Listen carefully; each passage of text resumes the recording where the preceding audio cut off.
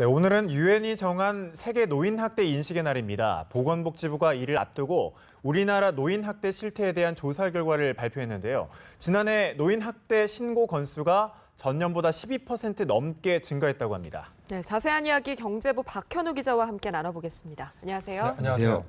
네, 오늘은 꼭 우리가 인식해야 할 문제에 대해서 이야기할 텐데 노인학대, 실제 신고 건수, 학대 건수가 늘었다는 분석이 있었네요. 네, 지난해 노인 학대 신고 건수는 총 11,900여 건으로 전년보다 12.6% 늘었습니다. 신고가 접수되면 노인보호 전문기관 등에서 실제 학대 행위가 있었는지 등을 조사하는데 이렇게 조사를 벌여 학대로 확인된 사례는 총 3,800여 건으로 이 수치 또한 전년보다 8.1% 증가했습니다. 네, 말씀하신 걸 정리해보면 학대 사례 증가율이 8%대고 신고 건수 증가율이 12%대로 집계가 됐다는 거잖아요. 이 신고 건수 증가율이 학대 사례 증가율보다 높은 건 어떻게 해석해야 하는 건가요? 예, 최근 몇 년 사이에 노인 학대가 이슈화되기도 했고 언론 등을 통해서도 자주 등장하고 그렇다 보니까 일반인들도 노인 학대에 대해서 더 관심을 갖게 됐고 이 사안에 대한 감수성이 조금은 더 예민해진 것 아닌가 이렇게 볼 수도 있을 것 같습니다. 실제 노인 학대 신고 의무자인 의료인이나 노인복지시설 종사자 등이 관계 당국에 신고한 건수는 최근 5년간 큰 변화가 없었지만 일반인 등 비신고 의무자의 신고 건수는 지난해 크게 늘었습니다.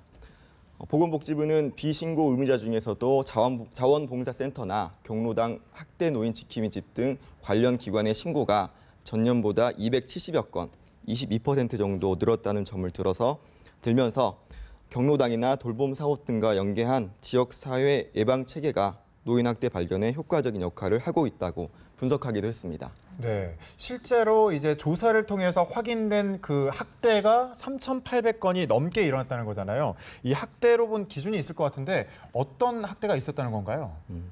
예, 학대를 당하신 분들은 3,818명으로 집계가 됐지만 노인 학대의 경우에는 예를 들어 아들이 어머니를 때리는 신체적 학대가 이루어진 경우를 가정해 보면 단순 폭행뿐만 아니라 부모님들에게 상처가 되는 말을 언어적 그렇죠. 폭언을 같이 할 수 있는 상황이 생길 수가 있거든요. 이처럼 어르신 한 분에 대해서 신체적 학대와 정서적 학대 등 이렇게 학대가 동시에 이루어질 수 있기 때문에 총 학대 건수는 학대를 당한 어르신 숫자보다 많은 6,100여 건으로 집계가 됐습니다. 그중 유형별로 살펴보면은 정서적 학대가 2,300여 건으로 38% 정도로 가장 많았습니다.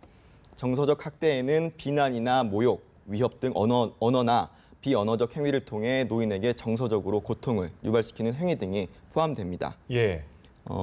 대화를 할 때 말을 못 들은 척 한다든지 화를 내고 무시하는 듯한 태도를 보인다든지 이런 행위도 이 범죄에 포함될 수 있는데요.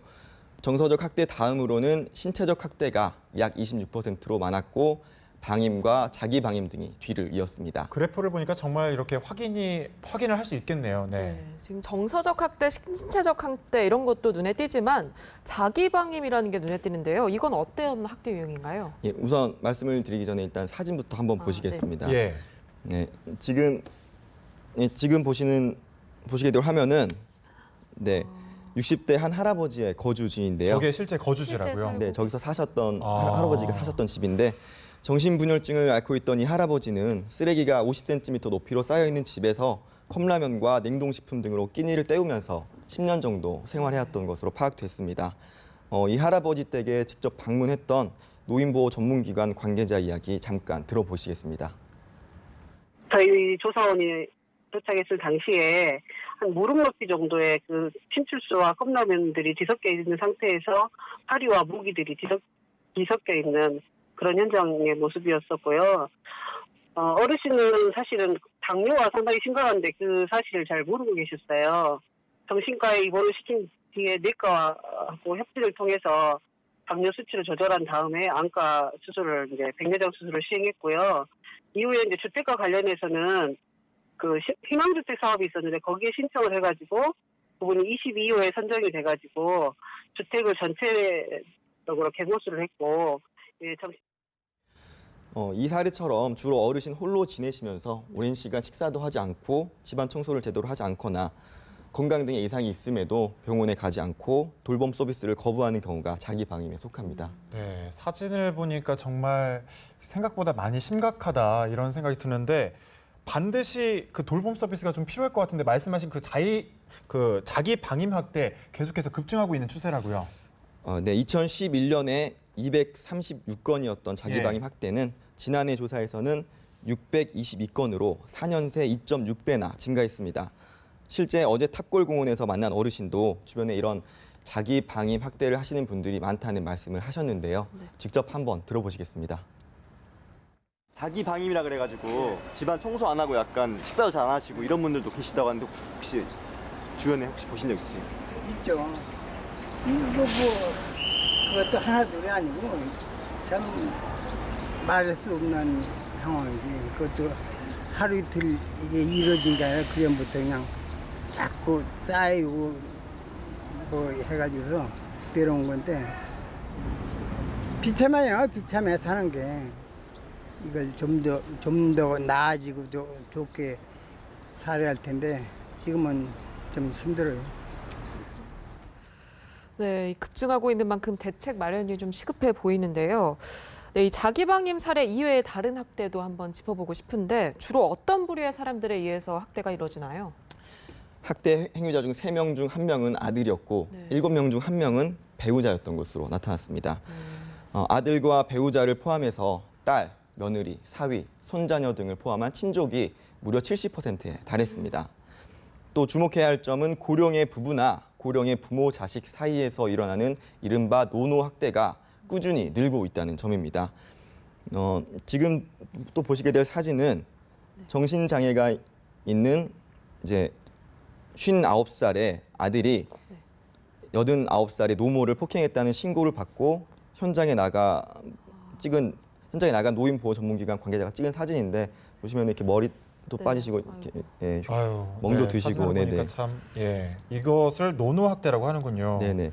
이 같은 노노 학대 사례도 예. 2013년엔 1,374건이었는데 지난해에는 전년보다 12% 증가한 1,762건으로 집계가 됐습니다. 학대가 이루어지는 장소는 가정 내가 85%로 가장 많았고 양로시설과 요양시설 등 생활시설은 5.4%, 병원 2.3% 등이 뒤를 이었습니다. 네, 가정에서 85% 정도면 상당한 진짜 많이 이루어지고 있다. 이렇게 학대가 이루어지고 있다. 이렇게 꾸준히 증가하는 추세인데 정부에서는 어떤 대책을 내놓고 있나요? 예, 보건복지부는 노인 학대 예방과 조기 발견, 학대 행위자 처벌 강화 등을 위해서 지난해 개정한 노인복지법을 올해 말 시행하면서 예. 노인 학대 예방과 학대 피해 노인 보호를 위한 정책을 더욱 강화해 나간다는 방침입니다. 노인 학대 관련 범죄자는 노인 관련 기관 취업이 제한되고 지자체장 등은 노인 학대로 행정처분을 받은 시설과 종사자의 정보를 공표할 수 있게 됩니다. 아울러 내년부터 6월 15일을 노인 학대 예방의 날로 지정 운영하면서 노인 학대의 예방과 방지를 위해 힘쓴다는 계획입니다. 복지부가 실태조사 결과를 어제 발표를 했잖아요. 네네. 그 관련 내용을 다룬 기사들에 달린 댓글 중 일부는 아까 말씀드렸다시피 3명 중 1명이 아들이었다. 예. 학대 행위자가 이런 내용에 대해서 어렸을 때부터 가정 내 폭력을 보고 자랐기 때문에 악순환으로 이어지는 건 아니겠느냐 이런 의견을 나타내시기도 하더라고요. 원인 분석이나 대책 마련에 있어서 노인 학대로만 시야를 좁게 가져가지 말고 어렸을 때부터 자녀들이 가정에서 생활하는 과정이나 교육하는 과정에서 폭력에 너무 쉽게 노출되는 건 아닌지 이런 영향으로 가정 내 폭력이 대물림되거나 노인 학대로 이어지는 건 아닌지 이런 부분에 대해서도 좀 더 넓게 보고 접근할 필요도 있을 것 같습니다. 그러니까요. 지난해에 비해서 또 실제 학대 건수가 또 늘은 만큼 확실한 관심, 또 대책 마련이 필요해 보이는군요. 네, 오늘 경제부 박현우 기자와 함께 이야기 나눠봤습니다. 오늘 말씀 고맙습니다. 감사합니다.